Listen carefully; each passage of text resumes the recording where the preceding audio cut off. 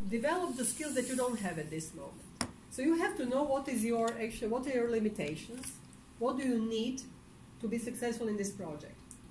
So when faculty come to me and they tell me, I'm very interested in this research project, it's okay, but you have always to think, first of all, do you have the infrastructure?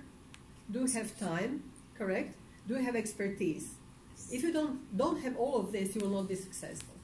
So you have to have the support, basically. If it is a lab, then you have to have grant money, correct? If it is a clinical research or educational research, you have to have expertise, but also you have to have the adequate number of the cohort of students that you're going to assess. Because you have to have the statistical outline that you need to achieve the certain outcome, correct? Because you may think, oh, I have a great idea, and I will have 35 students, and I will assess formative OSCEs. Is this adequate number? And what are the elements that you are going to assess? So you need to have statistical assessment before you start doing your project, because you have to also know how many students may not complete the assessment. So are you going to be able to publish? Because you are going to have a very strict statistical assessment by a statistician reviewer. Okay? You have to know exactly what you like to achieve. What is the hypothesis? So you have to do a very structured research in order not to fail, because nowadays it's more and more difficult to publish educational research. You have to be actually counseled and you have to be guided through the process by your mentor. So the mentor is the person who has skills that you don't have and who will be helping you to actually meet all the goals of your project.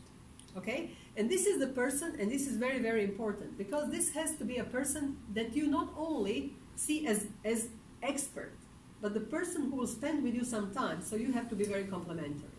Okay? So it means that you have to have trust in this person, but also this person has to be of the same type of personality as you are, because more you match, more successful will be your project. Okay?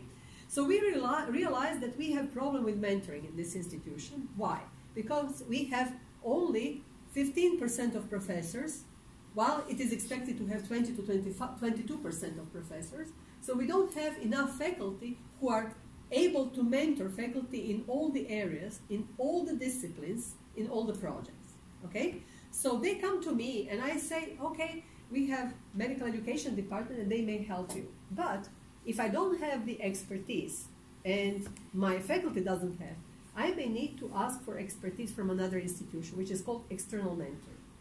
I may also talk to faculty and they told me, I would like to have this project done. I would like to develop a senior leadership. I would like to do this and that. So I think that one mentor cannot be enough to fulfill all the expectations by the faculty. So I may detect multiple mentors. So we have multiple mentoring. So we also realize that if the mentoring is not official, so if it is very unofficial, so you kind of come to the faculty and you tell them, I would like you to help me with this project. They will tell you, oh, of course, I'm very excited about this project and I will help you. I will work with you. But they may not be accountable. Bless you. So they may not be accountable. So they will have all the time conflicting interests because they may be in the clinic, they will be busy, they will not respond to your email, not to your telephone, and you cannot catch them because they have their obligations, correct? So the limitations of unofficial mentoring is that we found out that the outcomes are not that nicely actually reached as if it is official. And what official mentoring means? That you identify the pairs or the groups of mentors and mentees who are going to work together. But we give them a kind of an agreement form, a kind of a contract that they have to sign, because I like them to identify what they like to actually reach as the outcome and during which period, 1 year or 2 years. We give them option. And we tell them, you are going to meet with your mentor once a month minimum, but you are going to have a productive meeting. You're not going to just talk about how nice the weather is and mountains are beautiful, but you are going to really talk about the project. And you are going to show the progress report. You have to show the progress report. And you have, by the end of this mentoring agreement or contract, you are going to have a publication or presentation or something that matters to your career. but you are accountable. So which means that mentor is being recognized for his efforts, but you are also being recognized. You have the expectation, which will help you in promotion, but mentor, who is a tenured faculty, senior faculty, will also put this in annual evaluation because he has dedicated or she has dedicated time to work with you. And this is expectation from the chair. So it has to be both sides. And you are going to have eventually the project that will count. But also you are committed. If you are the first author, your mentor will be the senior author. Okay? And it has to be fair authorship. Okay? And you have to have very constructive discussion about each and every element of your project. About the investment in the project, but also about the outcome of the project. And fair authorship sequence. So this is very, very important. And when we meet, we interact. Faculty development interacts. And we are sometimes present in those meetings because we would like to see where they are in this term of commitment. So here you see the outcomes of our mentors and mentees. You see here actually that the numbers have significantly increased. Before institutional faculty mentoring, you see the number of presentations, the number of publications, and number of research projects. After 1 year, you see that presentations number significantly increased, that each and every of the outcomes increased, correct? But we had more increase by the end of the second year, which means that you need time. For educational and for research, you need time. You cannot achieve everything you want in 1 year. So if you like to be successful and be promotable, you need to plan it in advance, which means that you are not going to have the miracle happening and have all your publications in 1 year. You will most likely have it in 2 or 3 years period. So if we continue to monitor our mentees, we are going to see that they have achieved more results after the 3rd and 4th year. Because you are becoming more knowledgeable, you are becoming more expert in your discipline, and you are slowly becoming mentor yourself. Okay? And the skills of good mentoring is not only to work side by side, but also to help your mentee in all the goals, not only one goal, but also when your mentee has a kind of a private crisis. Most likely they are not going to talk to their parent, they are going to talk to you, mentor, correct? So that's what is very, very important, to build a trusting relationship, to intervene. And also you like your mentor to represent you. If there is any issue, your mentor is the one who will go and speak in front of you, who will represent you and be your representative in the best possible way. So that's what is very, very important. And mentoring relationship may not last only 2 years. It lasts for life. And these are the best mentoring agreements that terminate, officially, but they continue unofficially until you are actually engaged in your professional career. So that's very, very important. Writing interest group, this is something that is led by Dr. Mula. So we are doing usually 2 writing interest groups a year. Usually it lasts for 6 months. So people are bringing their ideas. So you're telling me what you like to achieve. And you have already the results, but you have no time or opportunity to really publish it, correct? So you are bringing your material, and then we are telling you, you need this statistical method. In this workshop, once every 2 weeks, we are going to meet and we are going to talk about the introduction to your paper. So what you are going to write in introduction, how long should be the introduction, what you are going to put in introduction. Then next meeting we are going to talk about material and methods, how to frame the material and methods, what statistics you are going to use. The third meeting will be results, how to interpret the results, how to support the tables with the graphs and also with the illustration, how to make sure that the resolution of your images is adequate. And then we are going to write discussion, and then we are going to do bibliography, and then we are going to write abstract, because you cannot write abstract without having the entire paper. Okay? So we usually guide you through the process, and we really make sure that everything is falling into a nice piece. Also, what is very important is that we have the facilitators. We have a senior faculty always facilitating, depending on their strength. And also we have help of 2 medical writers from the Office of Institutional Advancement, and also we are helping with revising and rewriting the manuscript. So that's also our goal. So what are the outcomes? Since I incepted my role, we did 287 audiovisual lectures or interactive tutorials that are available online. We also helped our faculty. In 2017, we published a book. You have this book, I think. 50 chapters, 50 video skills recorded by our faculty. So we had 20 faculty from 8 departments, and this was faculty development. So we did everything here in this small simulation center. We also published intern tips book in OB, in internal medicine and pediatrics, and also we have one book out, illustrated OB/GYN problems. So these are the side-by-side, actually, scholarship that I did with my faculty. So this is my mentoring of my faculty, related to my discipline, but also is in editing process. So this is the clinical simulation research and scholarship. So what is important is, the point is, faculty development has to have outcome. Okay? You like that you are becoming better scholar after you end the faculty development course of any kind, but not only scholar, that you become better teacher, but also that you become better academic medicine educator, and also that you become better person and better leader. This is very, very important. So we like to target the skills that you are insufficient in, and everyone is different in each and every aspect. You may have different interests, but also different skills. What is important to know how to actually really present yourself. So I like, in the first session that we usually have with our faculty, is to introduce themselves and to talk about their needs, to learn from them what they want to achieve, but not only in private session, but it's very interesting to see, after we have 1 or 2 hours discussion, and when they come to the course, how they present themselves. It's completely different than how they present themselves to me, because this is closed meeting. And in the group meeting, it's also very interesting to see how they interact in a different way. So this is also a kind of a thing that I learned about what are the skills that they may need to develop when they are talking to the group and presenting and networking. Because someone may be an individual runner, while now in medicine, you will be only successful if you are working in team. Okay? So this is very important. Nobel Prizers are not there by themselves, only if they're for literal work. But usually in medicine, there is no one that can actually do a very nice and comprehensive study nowadays by himself or herself. You have to play in team.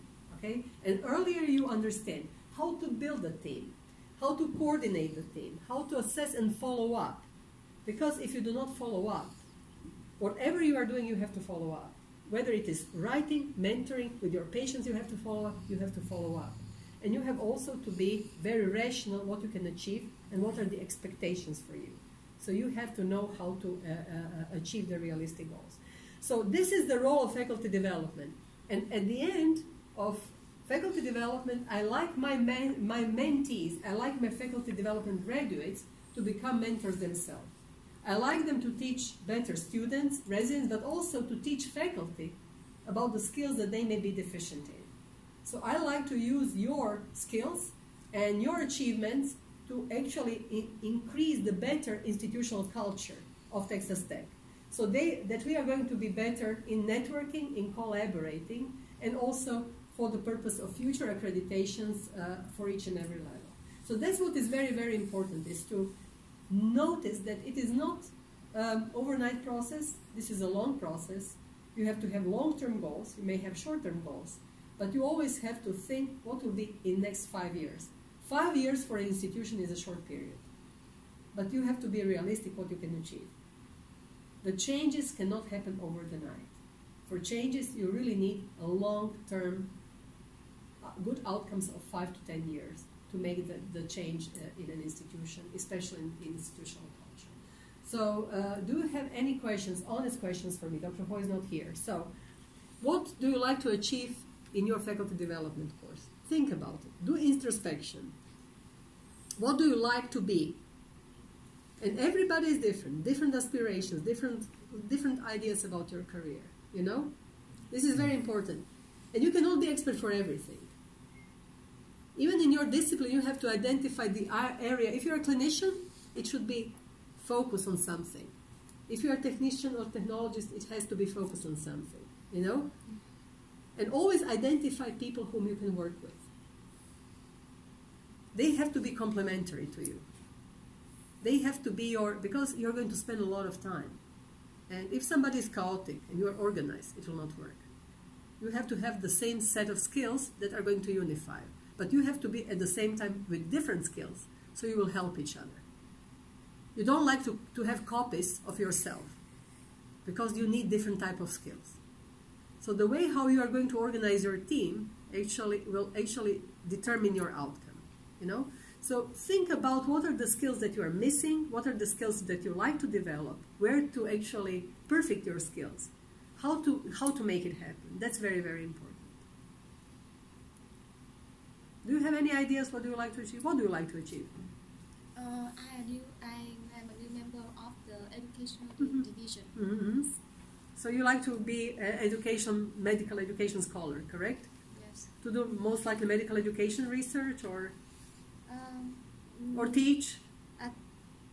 SP. SP program. Mm-hmm. Yes. How many SPs do you have? About 37. 37 right Yes. now. Okay. So you like to develop a program for SPs? Yes, I think so, because it's very important for the medical student Mm-hmm. in the year 2. Yes. Mm-hmm. Yes. So you like to actually, are you interested to, are you acting as a SP trainer? Do you have SP trainer, or you are actually just working with SP trainer? I think after this course I will have a plan to training for the SP. Yes. To organize a training. Yes. So you know what is important? We have SP trainer. Data is our SP trainer. Yes. So she has a program when the standardized patients are coming. We are introducing certain skills for standardized patients. Yes. It is very important because they are assessing your patients, Yes, your yes, students. You know, so those patients have to be very educated. Yeah. And what is the problem is inter-observer variability. So the problem is that your standardized patient in room 1 has to have the same standard of evaluation of the student as in room 4. So how you are going to achieve this? Sorry? So the standardized patients, you have 10 standardized patients acting simultaneously, teaching basically your students, correct? Because your students are coming into SP room, they are presenting with the back pain, Yes. correct? Standardized patient, they are taking history, Yes, they are yes. performing exam, and then they're going out writing SOAP note, correct? Standardized patients, when they go out, are evaluating the students, yes. and they are answering the questions, Yes. okay?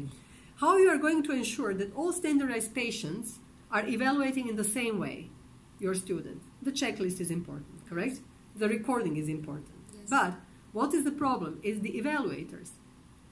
So you have to make sure that in addition to the recording, you have to make sure that the evaluation by standardized patients, because standardized patients are human, they may answer the same question in a different way.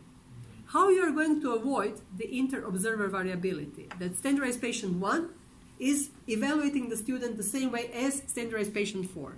Yes. Because despite checklist, they may have different perceptions. You know, this is the problem. So how do you actually do it? It's tricky, huh? Yes. Complicated. It's complicated, yeah. So you have to create the ideal video Yes. of interaction. And it has to be specific to your case. Okay? So, and then what is also very important is to have adequate time for training with the physician. Because standardized trainer can answer only few questions, correct? Because you are not discipline expert. You have to have discipline expert present at the time of SP training to answer all the questions. And also, you will be disappointed because many times even the discipline expert will not be able to predict what student may do or ask.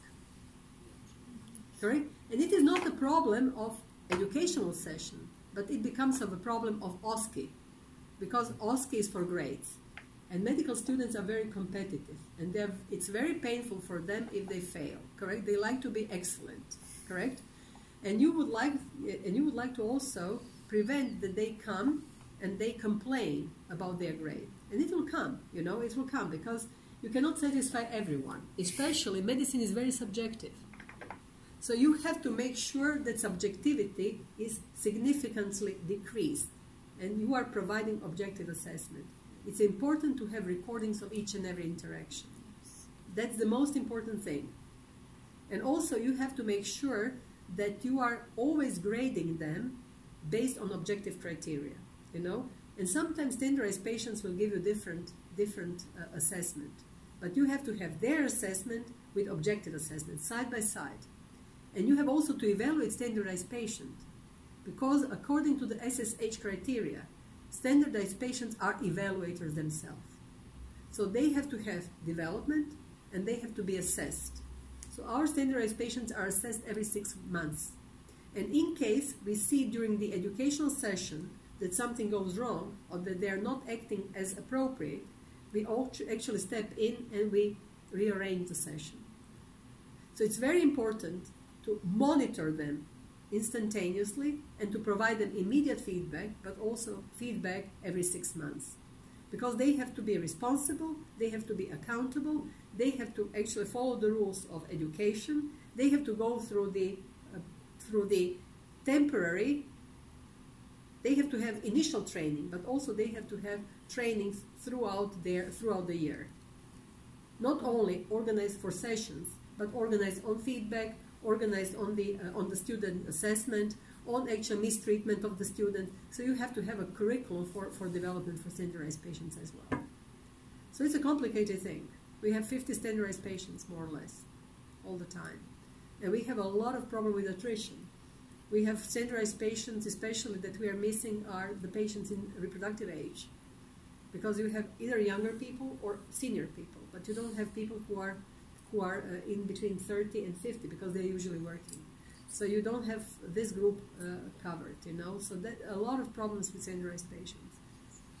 Misbehavior, a lot of things. So how do you plan to, are they part-timers? Are they paid for their service, standardized patients? The retirement person. They're retired, so they're only old. No. And the part-time. They're part-time. Are they paid? And retired. Yes. Okay. So how many students do you have? About 1,000. 1,000. Yes. So how many SP encounters do they have a month? It depends on some factor. For example, we have the campaign to recruit the SP. Yes. But sometimes I don't can recruit any person, but sometimes I can recruit about 10 SP for example. How many students per standardized patient? From 6 to 7. From 6 to 7? Yes. No individual? No, because of we have so many students and just only 37 standardization, so we can't Because here we have 1-to-1. But for the OSD we can have the 1-to-1. Yes. Yes. Just the summative when the student have to do the test, and we can arrange individual standardization each student. Yes. Yeah. Here our students see standardized patients one-on-one, and they do it weekly, every week. It's very expensive. Yeah. But this is a good experience, you know. Yeah, the thing is that I'm just thinking how you can overcome, because my opinion is that 6 to 7 is usually too many, you know, because the thing is that usually you have one person in small. The problem with small group is that one is taking charge of the small group, correct? Usually you have one student who is more kind of motivated or knowledgeable, or just has this kind of personality that they like to be a leader, correct? And usually they're dominating, correct? The others are listening, correct? How you are overcoming this? Do you assign that somebody will have different role, or? We just separate the case, such as one student asked for the history of the complaint of the patient, and the second is asked for the family history. Yes, for so the history, different kind of portions in on the history. Yes. Okay. And about six students have to encounter with the patient for about 40 minutes, so they can around yes, a case can repeat 2 or 3 times. Okay. You know, the thing is that you are so. What do you think about virtual standardized patients? Yes, sorry. Avatars. You are kind of technology very advanced. There is an opportunity to have virtual standardized patient. To have standardized patient who will just respond you artificial intelligence. Yes. About the response of the patient, we so confused of that to train the patient to respond to the student. So we because of the personality of the patient, so we didn't know and didn't train that. And after this course, we will try to train the patient to give a feedback to the student after the case. You know what may be also a solution for you guys? You may actually have, they're all in small room, correct? And they're recorded, correct? Have you did you think about simulated patient? So when the patient comes in and there is a group of 6 to 7 and you actually have a proctor in the room actually coordinating the group to ask the question, because they are there by themselves, correct? And they just do the job they are recorded, correct? Yes. In order to be really teaching session, you may like and benefit from immediate interaction. So because you're already doing a small group, correct? Why you don't communicate it as a work case example also? So the idea is, because if you don't have, do you have enough proctors? Do you have enough teachers? Yes. Do you have enough teachers to do this? Because you may benefit more. So students come in and they are doing themselves, and then you do actually evaluate each and every encounter. Do provide immediate feedback. At the moment, No. because we didn't have the camera to record, so each room we have one teacher to see how they're doing. Yes, how they're doing. Are and they immediately providing feedback? Because yes. what is important? What is important is that the adult psychology tells you that you have to correct behavior immediately. Yes. Okay. If you do not correct behavior immediately, it will be repeated. Mistake will be repeated. So what is really important is that you really tell them what they're doing right, what they're doing wrong, and also to try to correct it, and also to have the encounter being repeated maybe, and to see whether the mistake will be corrected immediately. Because if they go home and they do not recognize what was right, what was wrong, they will do wrong in OSCE, you know. So you have to take the opportunity to really, if you have enough teachers, to really take this patient, standardized patient, as a case, as a stimulated patient, and also maybe connect it to clinical presentation that is, and teach on site, actually, about the important things. Because I think that, you know, having artificial small group session is not a very good idea because of retention of knowledge. I think that ideally would be to have a group of like 6, 7 of you, discuss the standardized patient, do the history the way you did it, and then point actually to each and every, do a video recording, and then go back or immediately interact and say, oh, you didn't do this right. How you would reformulate your question on site and have it repeated, and then compare the session first time, second time, or ideal time, and compare it to the video recording of ideal patient encounter. Because if you don't know to what you're comparing your outcome, you will have the outcome that is not nice. Do you understand me? So you have to have the encounter of the, for example, abnormal vaginal bleeding in menopause. You have to know how to actually address those issues. You have to ask the questions, 5 questions that shouldn't be missed by anyone. You may ask more or less, but these 5 are, the experts agreed that these are the 5 that you shouldn't miss, correct? And you have group of 6 students going there, and they actually asked 7 questions, and 4 were okay, 1 was missed, okay? You have to be in agreement, all of the teachers that are evaluating, that this one was missed, and you have to refer it to the case that was previously recorded. That was ideal recording. Yes. Okay, so you have to have the standard that you are comparing with, and everyone has to. That's the only way how you can actually make sure that at OSCE you are going to be consistent, and they're all aware of the rules. And that's something that you have to address at the time of the standard, because if you have 6, 7, you know, maybe you should just try to. How many minutes or hours you have with standardized patients? 1 hour or half an hour? In most of the case, we have about 70 minutes. 70 minutes. So you Yes. have actually the opportunity to repeat it. How long Yes. is the direct communication? 20 minutes, or how long does it take to take the interview? To encounter to the patient about nearly 30 minutes. 30 minutes. Yes. It's a long. Yes. Is it happening in real clinic? How many patients do you see? Is there any clinician here? Yeah. How many minutes do you have with real patient? Maybe 20 minutes. 20 minutes, correct. So it has to be authentic.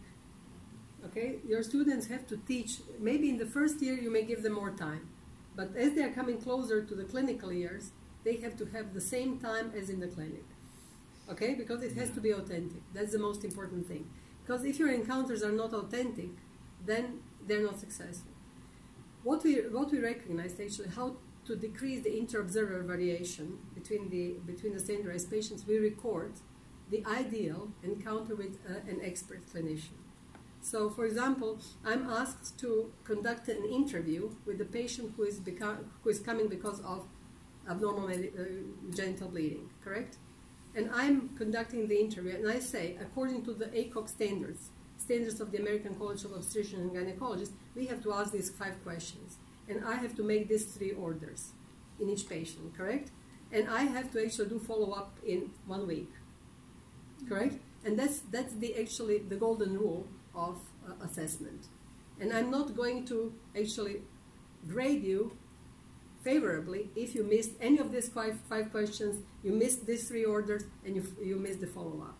So you have to have a very strict rules. They may ask more, they may ask less, but if they missed this kind of, they're not able to actually pass. So you have to have the standard, and the students will always complain, but you have to show them, yeah, this is the ideal encounter, this is the checklist you shouldn't miss, and until you go this, you're not going to pass. So you have to have the rules very clear, and the best is always to have something to compare with. Yes. So you have to have the golden rule of the encounter. That's what we are doing. Also, if you are assessing their skill on the simulator, we like to have two experts doing the same, and that's how we create the checklist. So 2 experts are doing the procedure the same, and they're grading in each and every step. And there should be no variation that is extending the standard error. You understand? So they have to do the procedure, actually, and to agree on each step of the procedure before they rate the student. Because we don't like the observers to do it a different way. We like each and every observer to follow the same rules. Because this is the most common mistake. Do you understand me? So you have to know, if, for example, if you're performing pap smear, you have to know that you have to first put the patient in appropriate position, put the gel on the speculum. Speculum should be inserted with 45 degrees. You have to actually open the speculum. You have to take this instrument. You have to take it out, note how to actually extract the instrument, correct? Yes. And you have to have these 10 steps that are done accurately. Yes. And each and every observer has to agree how they're going to do it. Because one observer may say, oh, I never insert it with 45 degrees. I like to insert it with 60 degrees. It is much better, you know? You have to have agreement on each and every step. And before they go for OSCE, they have to perform themselves, and they have to be evaluated how they're going to grade. Yes. So that's very important to do it for each and every standardized patient encounter or any kind of fidelity assessment. Yes. Before the course of the student year 2 for the clinical simulation in center, we have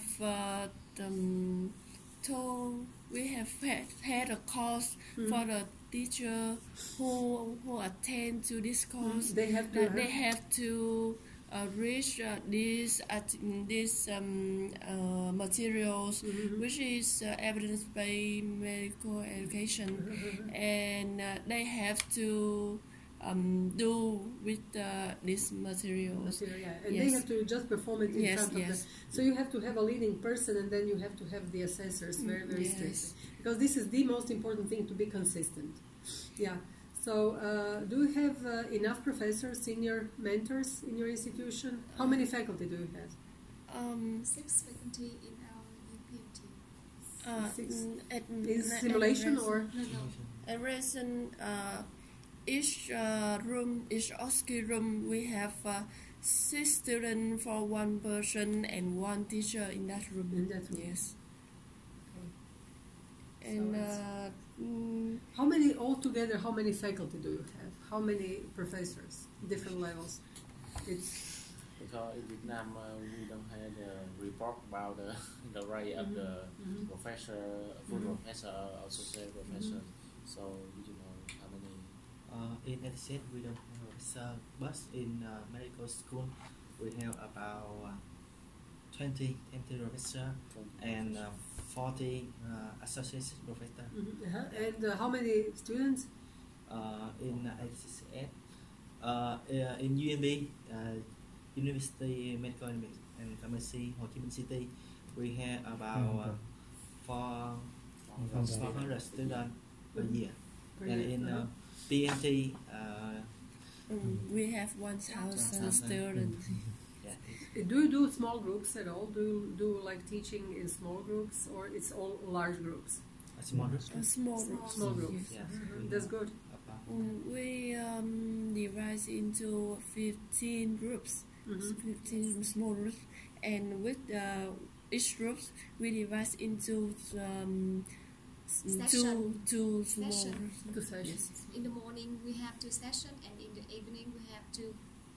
Yes. It's a hard work for Yes, teachers. 4 sessions in a day. How many repeats? How many times you are repeating the things?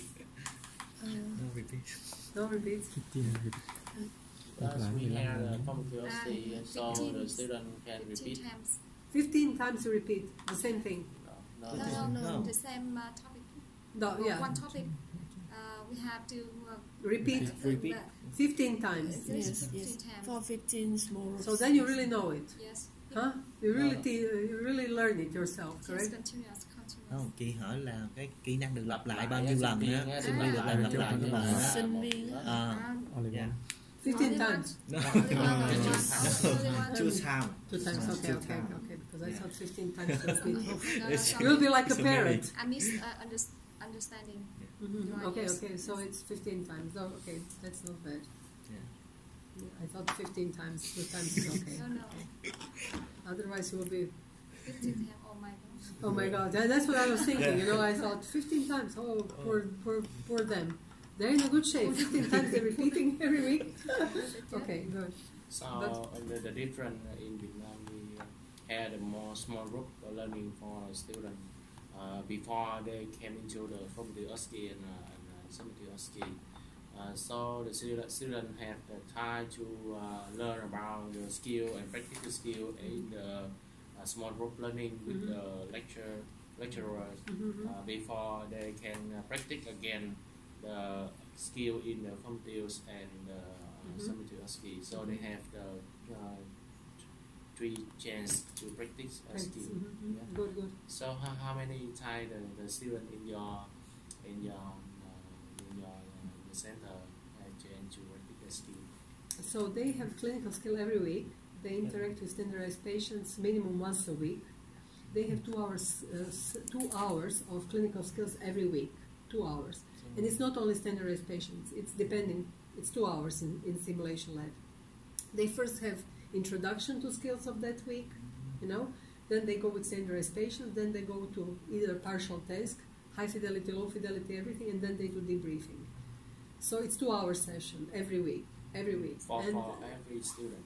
For every student, 2 hours, and they're alone with standardized patients. Wow. They are by themselves. And they don't know what is OSCE question going to be. They have the case that they are not familiar with. So on the student for the MS to have the 2 hour per week. Every week. Yeah. And they're alone but with standardized patient. How many skilled MS2 students will train in the center? How many hours? How many skill? Communication. Oh yeah, they have the history taking, physical exam skills, writing notes. Yeah. Every week. Communication skill is every week, interviewing skills every week, and physical exam. They have to perform targeted physical exam, and everything is associated with the curriculum. So it's very, very structured. It's very structured. Yeah. They have a lot of individual activities, and they are actually graded as individual, not as a group. And they have to perform the entire, and they have to educate the patient. They have to come with a conclusion, with orders, explanation of the orders, and provide medical education. Half an hour, one student, one standardized patient. They have to do everything. They have to take the interview, they have to perform the exam, they have to write the notes, they have to write the orders, and they have to come for follow-up, and they have to actually provide the patient education. So everything in half an hour, everything every week. Yeah, so that's, but we have 100 students only. But it's more like individual. Wonderful. Yeah. Small groups were case examples, so these are the discussions about the clinical presentation, or this is 2 hours, 10 of them with experts. Yeah. So it's more intense like individual, but it's also very costly. It's very expensive. So they rotate. Usually they come in a group of, because we have 4 or 3 groups a day, so they rotate, but each group spends 2 hours. So the skill that the student need to perform every 2 hours per week is different, or of course, different, completely different cases. So that for example, in the first week the student perform the history taking, and the next week they repeat the history taking on other. It's a history. It's a complete standardized patient encounter. Each week it's complete. Yeah. So they start with history. They do exam. Yeah. They actually do the note. They make the orders. They also recommend the follow-up. They actually come into the room back, and in the meantime they're evaluated by the standardized patient. They come back and they educate the patient about the finding and explain. So it's all the time the same. So it's not only history taken, but it's complete exam, and it's half an hour. So I'm talking about the differences that we have one per one, and there they have a small group. Yeah, basically. Yeah, I was just telling that if they have like a group assessment, and they have to divide like history taking, family history, or whatever. I thought, is there opportunity for immediate correction, Dr. Hall, of the behavior? It probably will be difficult if it's a group, because there's one person that actually have encountered, the other one are observer. Just only observe. So that is the reason that why I advise them that UMT will have one-on-one. One patient, one standardized patient, one student. It's better to have less experience, but to have the correct way. The correct way, yeah, because you always have one who is leading the group, and this one is going to mask the lack of knowledge in the others, and then they will not be confident in themselves, because they actually didn't experience the. So they have to PNT, Power Pack University, have to figure out a way that they will have to move toward the one standardized patient per one, but because of their huge number 1,000, So what many other schools are doing, this is not the appropriate way, but this may be a kind of a hybrid, maybe to really evaluate, because students, if they are knowledgeable about the clinical presentation, they can actually really interview each other, just to have this kind of a verbalization of the problem. And then they use the precious time of the standardized patients in the right way. Because, I think that maybe if you're just focusing on history, 10 minutes may be enough. But just to ask 5 the most important questions instead of prolonging it to half an hour. because I think that in real practice you have to really be fast in the assessment and really know how to perform focused interview. Right. But I think that we also will have to change with budget restriction. Sure. In certain ways. What about avatars, standardized patients, Dr. Hall? Yeah, the avatar is over there. They still have even the problem with the IT, with the technology. They have severe limitation about that. Not it's because they cannot buy it. They may have resources to buy it. The problem is the process of bidding. That means that there's usually one local company is over there. Is actually monopolized. For example, the learning space. The cost could be about $50,000-$60,000 for the software, and then for every year we have to read it. It's over there. They inflate the cost and monopolize. They force the medical school have to buy the hardware, the way that, and that then defeated the purpose of the learning space, that we can use non-proprietary. And because so that's the problem.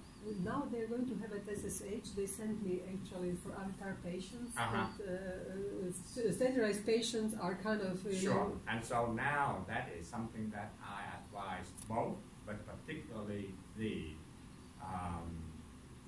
UPNT is to use the avatar. That means that the electronic version, that is the patient will appear on the computer and then will interview, will do all kinds of things, and that is the way that they have to do. And so that is something that UPNT, we put it on the request already, right? And so that is something that, yes, that we are moving to that. There's a guy here in El Paso, Dr. Masponce. He's a GI pediatrician. Yes. He was at Texas Tech, and now he's in private practice. He's husband of Fatima Gutierrez. Oh. Yeah.